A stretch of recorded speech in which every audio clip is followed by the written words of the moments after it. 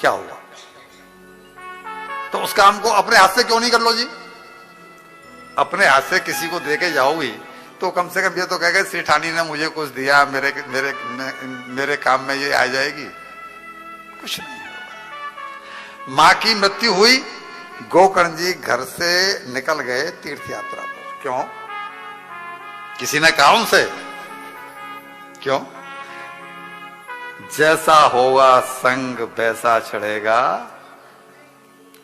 ये पापी के साथ में, धुंधकारी के साथ में रहूंगा तो इसका असर मुझ पर चढ़ जाएगा, मेरा तो इसके ऊपर चढ़ने वाला है।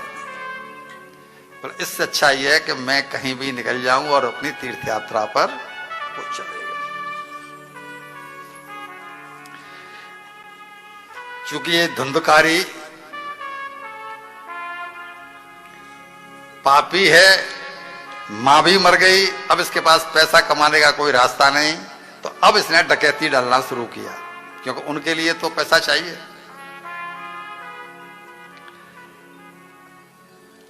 मां को मार के भी इसको कोई दुख नहीं है। ऐसे लोगों को कहते हैं जिनकी की आत्मा तक मर चुकी हो, उनके लिए।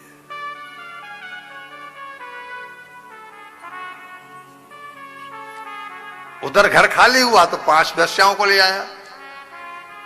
अब उनके खर्च के लिए पैसे चाहिए तो डकैती डालने लगा। डकैती डालने लगा, संजोग से एक बार डकैती बहुत बड़े परिवार में डाल दी, और जब ज्यादा माल ले आया तो वो वेश्याएं सोचने लगी कि इतना माल, ये बड़ी खुशी की बात है, इतना माल ले आए, लेकिन ये इतना माल है, इसका मतलब है किसी बड़े आदमी के यहाँ डकैती पड़ी होगी, तभी तो इतना माल मिला होगा।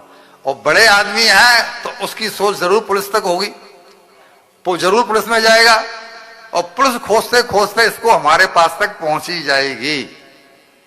ये खुद तो मरेगा ही, हमको भी मरवाएगा। इससे अच्छा क्या उपाय निकाले? इसको हम ही मार करके डाल जाए और सारा धन लेकर के चंपत। वही किया। रात में जब ये सोया हुआ था तो 4 पाई से इसको उन 5 ने बांध दिया, और बांध करके गरम गरम अंगारे इसके मुंह में डाल करके और इसको मार दिया, और गड्ढा खोद करके वहीं कहीं गाड़ के और भाग गए।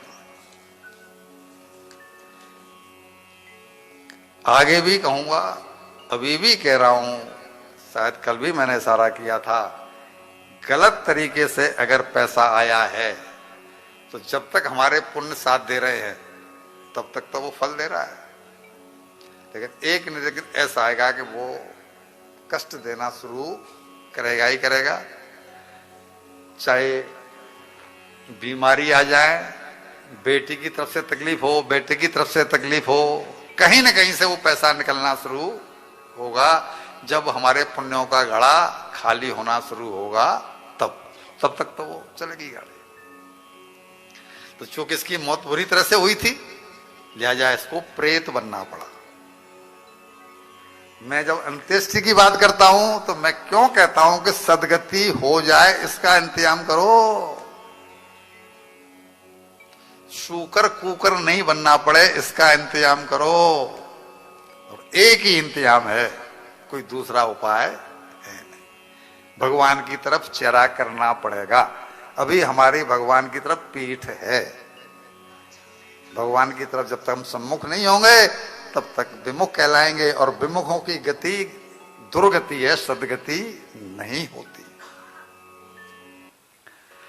जब ये प्रेत बना और ये बात गोकर्ण जी को तीर्थ यात्रा में मालूम पड़ी तो उन्होंने बहुत इंतजाम किए कि भाई की सदगति के लिए वो गया जी गए।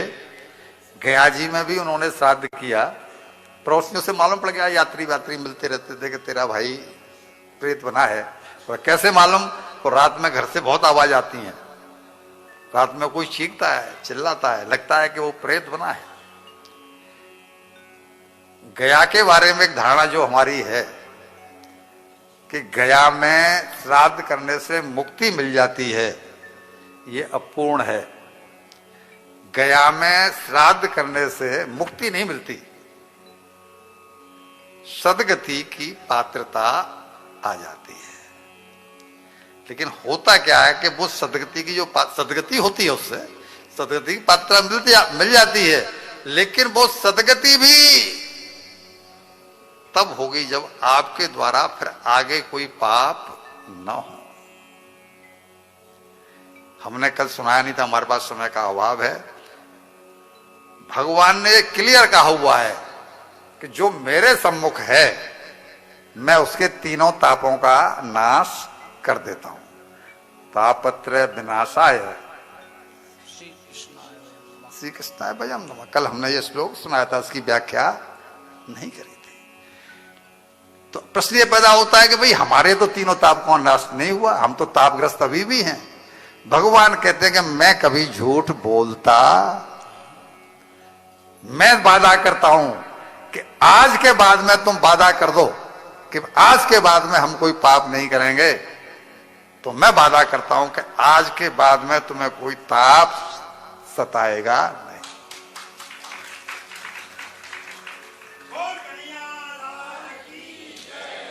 हम एक तरफ कथा सुनते हैं, दान दक्षिणा करते हैं, ये भी करते हैं वो भी करते हैं, लेकिन दूसरे दिन से फिर वहीं की वहीं और सब कुछ वही की वही शुरू। भगवान कहते हैं तू तो वादा करके गया था, तेने वादा निभाया नहीं, तो फिर मुझसे क्यों उम्मीद करता है रे कि मैं तेरे तापों को और पापों को हर लूं। एक तरफा भगवान के यहां गाड़ी नहीं चलती। भगवान दयालु हैं, क्षमालु नहीं है। क्षमा वो नहीं करते। उन्होंने दशरथ जी को माफ किया, राम जी ने दशरथ जी को क्षमा किया। भगवान थे, चाहते तो उनके उसको काट सकते थे ना, सांप को।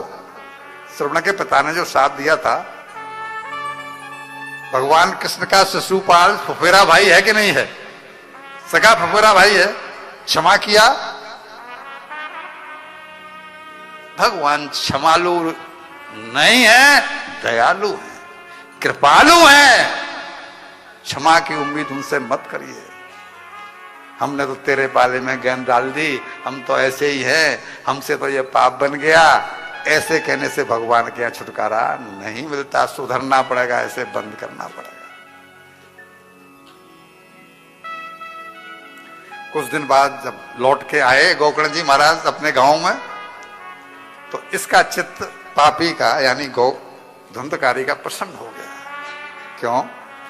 एक संत आ गया है, घर में संत है, एक संत आ गया है। और रात को उसने डिंग डोंग करना शुरू किया। पूछा भाई तू कौन है? कभी भेड़ा बन जाता है, कभी हाथी बन जाता है, कभी शेर बन जाता है, तू कौन है, क्यों मुझे परेशान कर रहा है? तब बताया, बोल तो सकता नहीं था, प्रेत है, आकृति भी पूरी तरह से नहीं है, बस केवल इशारे जैसे। तो उन्होंने मंत्र पढ़ के जब इस पर छींटे मारे, तब इसकी आवाज आई और बोला कि मैं तुम्हारा भाई धुंधकारी हूं। उन वैश्याओं ने मेरी मौत इस तरह से की, इसलिए मुझे प्रेत योनि मिली है, भैया मुझे बचा लो, मेरी मुक्ति करा दो, मैं बहुत दुखी हूं, मैं भटक रहा हूं। पूछा है, मैं तो तेरे लिए हर धाम में जहां भी गया हूं वहां पर श्राद्ध किया है, मैं तो वहां जाकर के भी श्राद्ध किया है गया में, पर उससे मुक्ति नहीं होती, सदगति की पात्रता आ जाती है। मैं अब सदगति की पात्रता प्राप्त कर चुका हूं, अगर आप मेरे लिए कोई प्रयास करोगे तो मुझे सदगति मिल जाएगी। भैया जी पहले तो पात्रता चाहिए, बिना पात्रता आपके पास पात्र ही नहीं और चल पड़े दूध लेने के लिए।